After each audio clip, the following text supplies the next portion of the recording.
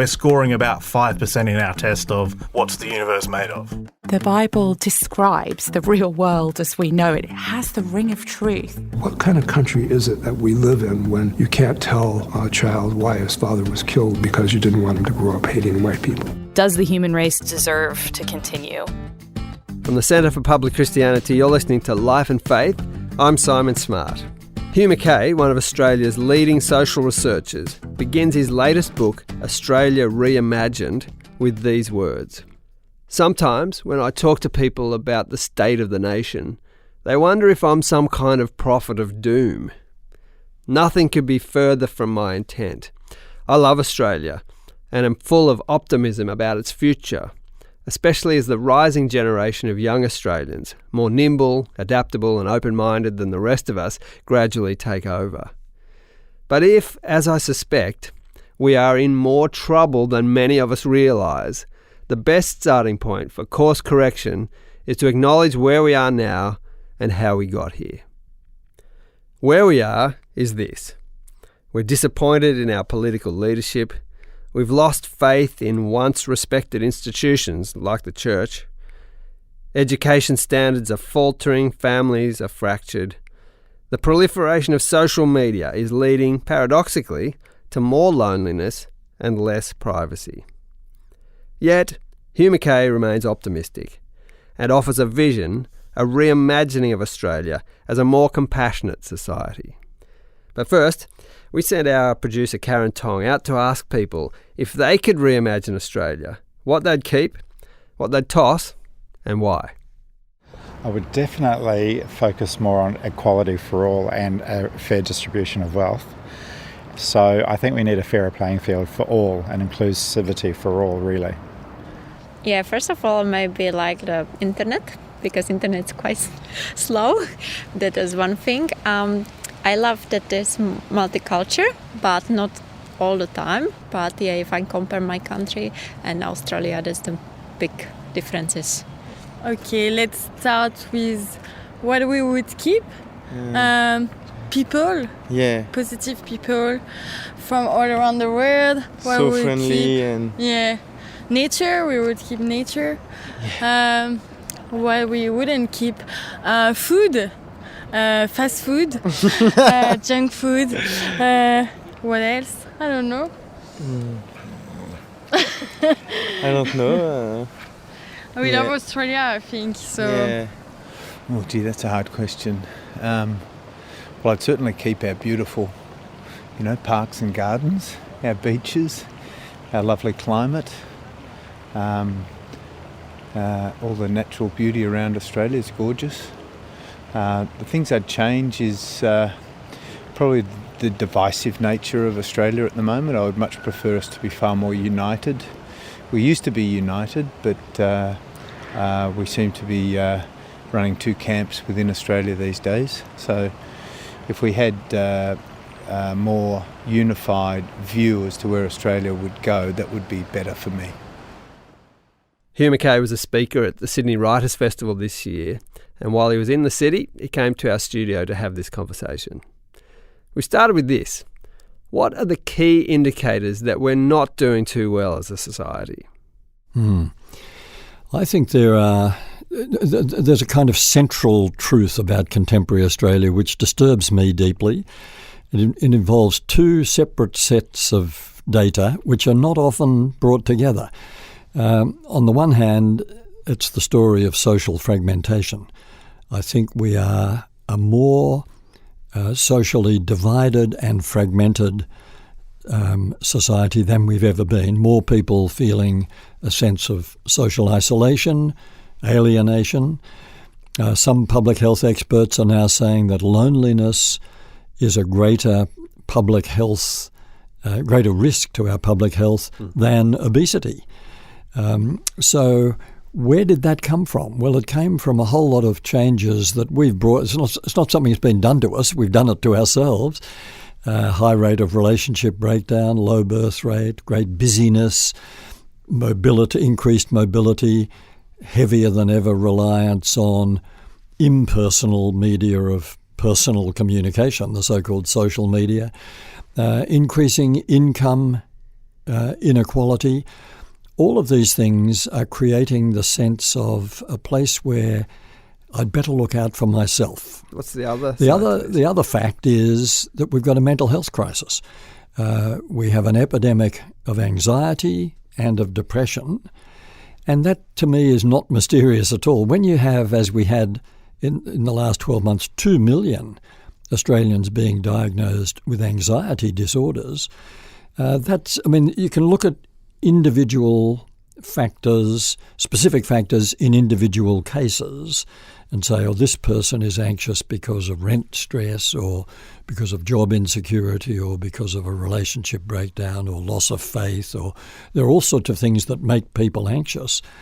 But when you've got epidemic proportions, I think you have to look at the society. We need to live in communities that sustain us and nurture us, protect us, give us a sense of identity. When we feel a bit cut off from the herd, anxiety goes up. So you're putting this anxiety epidemic and the fragmentation together as in some form of sort of cause and effect.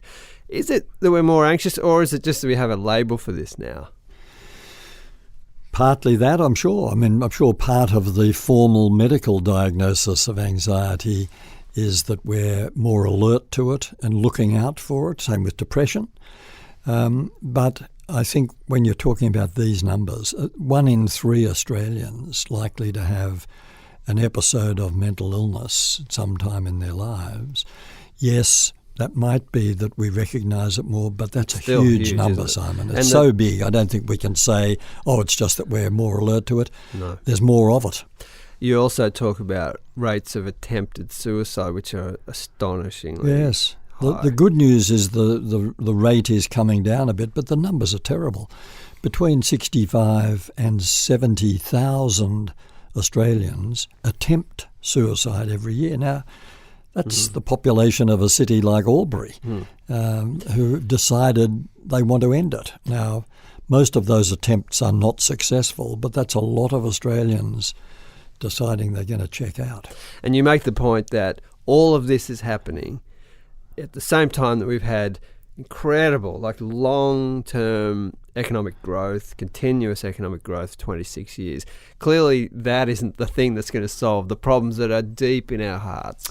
I'm no economist, but I think there's a contributing factor here. The obsession with economic growth fuels the obsession with material wealth and prosperity, which is again fueling our sense of individualism. It's a kind of an anti-communitarian philosophy in a way, but also here, as in so many other societies through history, all of this 26 years of, there's some controversy about whether it is 26 years but it's a long time. But it's a long time, has made us more unequal.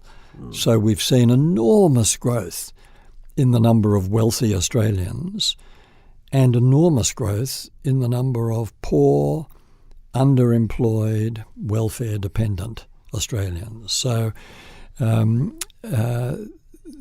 top 1% of Australians control more wealth than the bottom 70% of Australians. This is, I think the evidence is overwhelming, Simon. The so-called trickle-down effect clearly does not work. Or if it did, we would see a very different kind of distribution of wealth in contemporary Australia. And I think it does remind us that through history, if you get too much concentration of wealth at the top and serious problems of economic struggle, not just at the bottom, but sort of in the bottom half, in many societies, trouble's coming, exactly. In many societies, that's the recipe for revolution.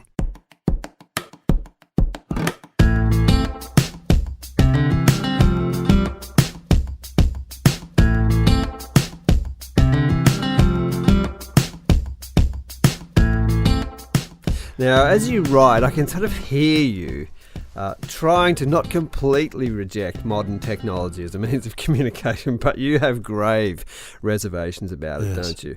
Is there any antidote to this incredibly pervasive element of our lives? I'm looking for help here. Help us out here. Yes. Well, it requires enormous discipline. And I think over the next 2 generations, we'll correct ourselves about it. We always go overboard about new technology. There was a time when people would come home from work and turn on the television and sit in front of it until bedtime because it was so new and amazing. Now it flickers away in the corner and we take bits out of it rather like the fridge, which was once a miracle. So I think we'll get this into perspective. But in the short term, it's creating serious difficulties for us because it's so clever, it's so convenient, it's so almost miraculous that of course we're seduced by it. Yeah. But we have to recognise what it's doing. Apart from carving out time that would otherwise be spent in face-to-face contact, it's also, of course, training us to communicate with each other in a way that strips the process of all the nuance, which even now when we're in a studio talking to each other, there's a lot more going on than the listeners can hear. I mean, there's the whole body language thing. There's posture and gestures and facial expressions, and what the listener can hear, tone of voice, rate of speech, all the things that imply meaning that's not just in the words. But when we go into the digital world, it's just there are emojis, but that's a bit primitive. They don't always serve the function they're supposed to. So it's a very stripped-down form of communication. The other thing is that there's a paradox right at the heart of it, Simon, which is it seems to be connecting us, but at the same time it's making it easier than ever for us to stay apart, which is why, particularly with young people, the latest research on heavy use of social media shows that it's associated with feelings of loneliness and depression. And that shouldn't surprise us because even though messages are being exchanged, it's just a data transfer. There's no human presence, there's no richness in it. No wonder kids or adults for that matter, who spend a lot of time on their screen actually feel isolated. You could see the same thing in workplaces. In workplaces where people are mostly interacting with the screen all day, they have less sense of loyalty to the employer, less sense of connection to the workplace, of course. One of the things that someone like myself will be interested in too will be, as we get this rise in anxiety and this fragmentation, we are noticing at least the corresponding rejection of faith as a kind of foundation of many people's lives. What do you make of that, and what links do you draw between those two things? It's a huge conundrum, Simon, because if you look at some of the primary social indicators about contemporary Australia, you would say this is a troubled, I'd even say wounded, perhaps even sick society. I mean, epidemics of mental illness, epidemic of obesity, etc. All of these things are symptoms. So you would say a society in that kind of state is ripe for some kind of embrace of faith in a power greater than ourselves, whether we call that God or something else. And yet the opposite seems to be happening. Now, I think this is a transitional phase because I think a society in as much trouble as we are will actually embrace faith of one kind or another in the future. In the short term, the problem is that the Christian church, and that of course is the dominant religion in Australia, 52% of Australians at the last census identified themselves as Christian. You have to go a long way to the next one, which is Buddhism. Our fastest growing religion is Hinduism, but it's still only 1.5% of the population, or 2.5% of the population. So why this disconnect? And I think, unfortunately, part of the answer is that the church as an institution has really lost its way and has lost its connection with the broader society. And while we're talking about this, we ought to bracket this with most other institutions. Yes, so commercial institutions, banks, educational institutions, yeah. banks aren't doing so well at the moment. Yes. Yeah, there's a loss of politics, faith, isn't trade there, in unions. institutions generally. Who can we trust? This is a Right. big question in our society. Now, you would have thought that the church, because of the fundamental values of Jesus, which are enshrined in the Christian religion, you would have thought the church would be exempt from this sense of we can't trust them anymore. But here is a problem with institutions. Institutions are, in a way, I mean, why do we have institutions? We create institutions to preserve our values, to create a framework for us conducting our lives in an orderly way, whether it's our finances or our spiritual life or our politics, whatever it is. But when those institutions become big and powerful, just like individuals who become powerful, they are susceptible to corruption. And I think we've seen enough evidence, even just in the Royal Commission on Child Sexual Abuse in Institutions, that alone, quite apart from all the things we hear about various forms of financial corruption and other morally dubious behaviour, it looks as though the church as an institution has been corrupted in the same way as the banks as an institution, or politics as an institution can be corrupted. And the manifestation of the corruption is that the institution becomes inward-looking, obsessed with its own power and wealth, and more interested in the protection of the institution than in making a connection with the society that allowed that institution or even encouraged it in the beginning. I think, well, historically that's been the case for the church for sure.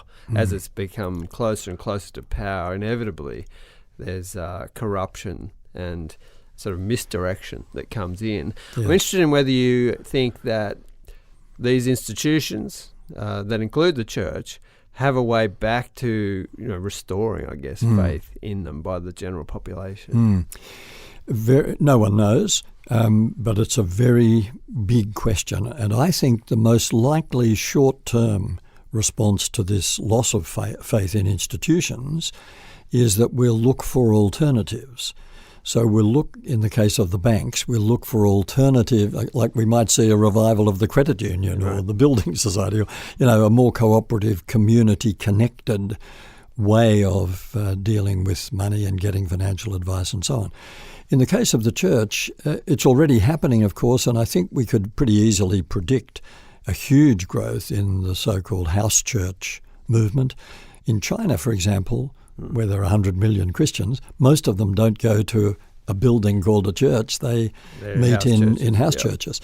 So I think no one knows the number of people who attend house church meetings in Australia, but let's assume that will grow, and some of that will then become institutionalised.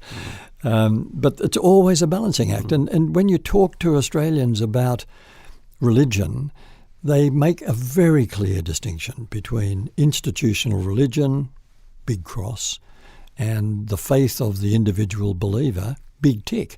Even among people who don't have any religious faith, they admire it and often envy it.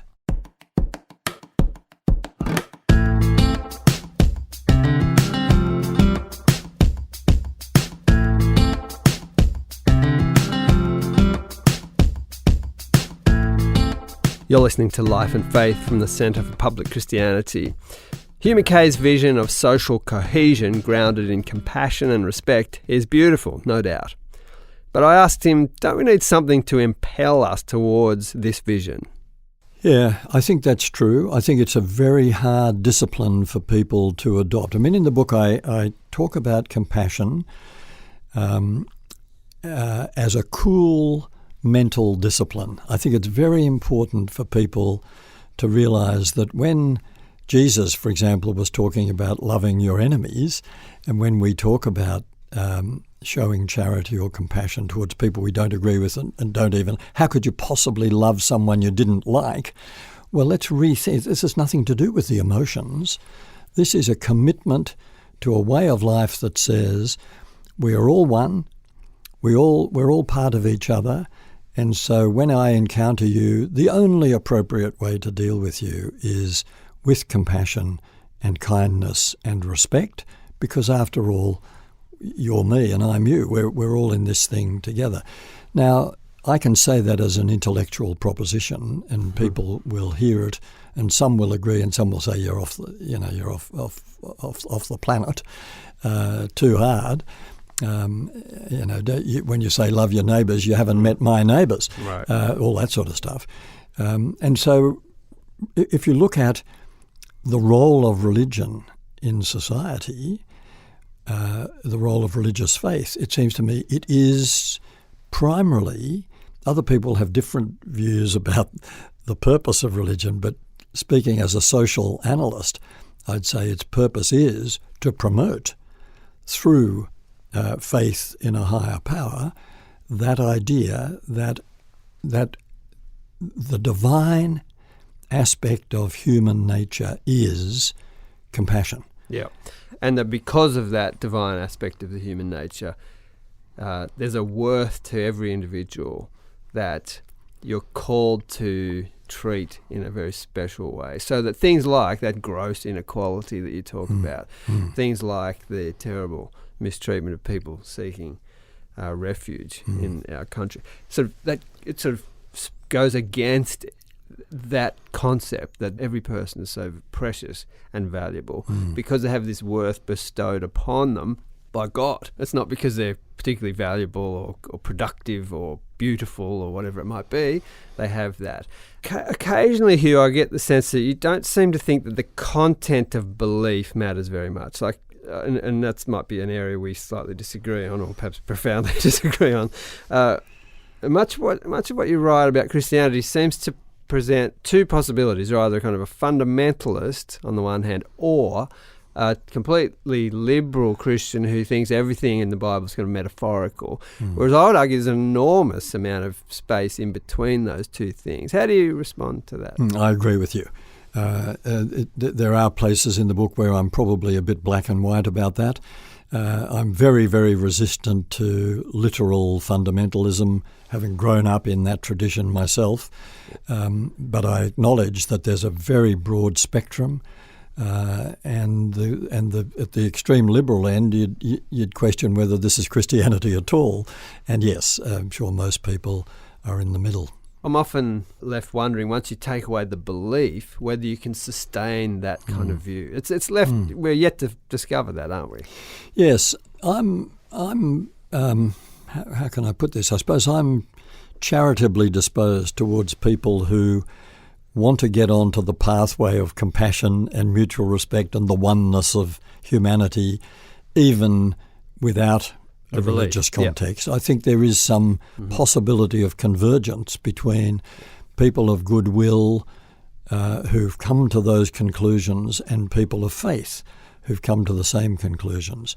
The advantage for the people of faith is that they have the faith, that they have the larger perspective for all of this. And that's why I think, in spite of all the drama that the church has been involved in, the fundamental role of a religion in a society is positive. And the church continues to, despite, as you say, these very glaring failures, continues to serve the public good, doesn't it, in very, very important ways. Charities work in Australia is overwhelmingly faith-based, yes, and that looks likely to continue. Yes. Yeah, there's no doubt about that. And that's why if you stop using the word church and start talking about faith-based charities or faith-based schools, huge enthusiasm. I mean, what an irony that at a time when Australians have stopped going to church in droves, they've been enrolling their children in church-based schools in droves. It seems like a contradiction, But I think it points to what you've just said, that people recognise that the expressions of faith, whether in medical care or in social service activity of some kind or in education, is likely to be of a very high standard because it's driven by this faith in the higher being, the higher power.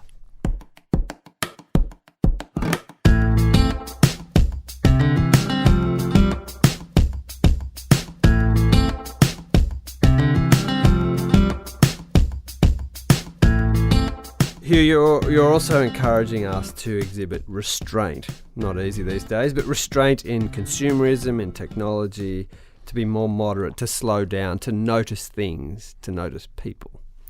We're overstimulated. We're all too busy. We even greet each other by saying, "How are you going, Simon? Busy?" As though that would be a virtue instead of foolishness. I do think we have to step back and look in the mirror and say, this is out of control. We're consuming too much. We're running too fast. We're not spending enough time in reflection and, as you say, communing with nature and other ways that retain our sanity. Now, you're of the view that it might take a very serious breakdown for our culture to kind of recognise where we're at and then to start to rebuild it in a more positive direction. There's a kind of destructiveness that comes before a restoration, isn't there? Is that where your, what I would say, cautious optimism lies? Yes, partly that. I mean, it's the death and resurrection model in a way, as a metaphor. There often has to be a death of some kind before there's some kind of renewal or reformation. And that might happen. I hope it doesn't, but I think it's likely that politics will have to become more of a shambles. Education levels will have to sink even further. The epidemic of mental illness will have to become even greater before we say, hey, this is now out of control. And that's assuming there isn't some global war or an ecological disaster of some kind. But maybe if that happens, that's what we need. What I'm more optimistic about, though, is that our fundamental humanity, our sense of what it means to be human and the sense of connectedness with other humans will prevail and will be the thing that pulls us back from the brink of a completely self-absorbed disaster. You spent your life observing these trends, and you certainly have a sense of a real sickness in our culture. What is it that, as you get up every morning, gives you the hope and the optimism that it's possible that things are going to improve? I'm a great believer in the proposition that the state of the nation starts in my street. And what gives me optimism is when I go for a walk around the suburb I live in, most people are saying hello. My neighbours are terrific. We're not all friends, but we're neighbours, and we know how to be neighbours. We know we've got to keep in touch because if there's a crisis, we're going to need each other. And I think those little signs of people starting to rediscover the serious value of the local neighbourhood is a source of great encouragement.